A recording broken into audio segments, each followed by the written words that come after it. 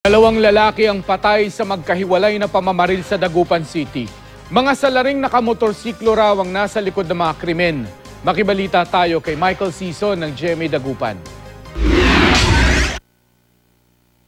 Magde-deliver daw ng yelo ang 26 na taong gulang na si Jason Ariola alias Wawi nang pagbabarilin ng dalawang salaring nakamotorsiklo sa Rosales, Pangasinan.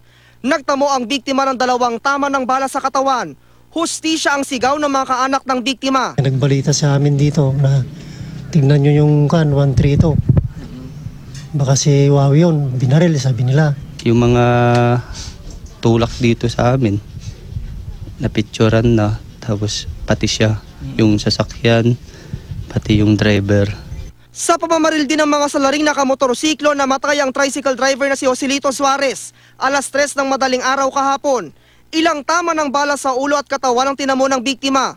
Patuloy ang investigasyon ng otoridad sa dalawang insidente ng pamamaril para matukoy ang motibo at kung sino ang nasa likod ng krimen. Lahat po sila ay nakalista sa amin as under yung sa priority target ng Rosales PNP.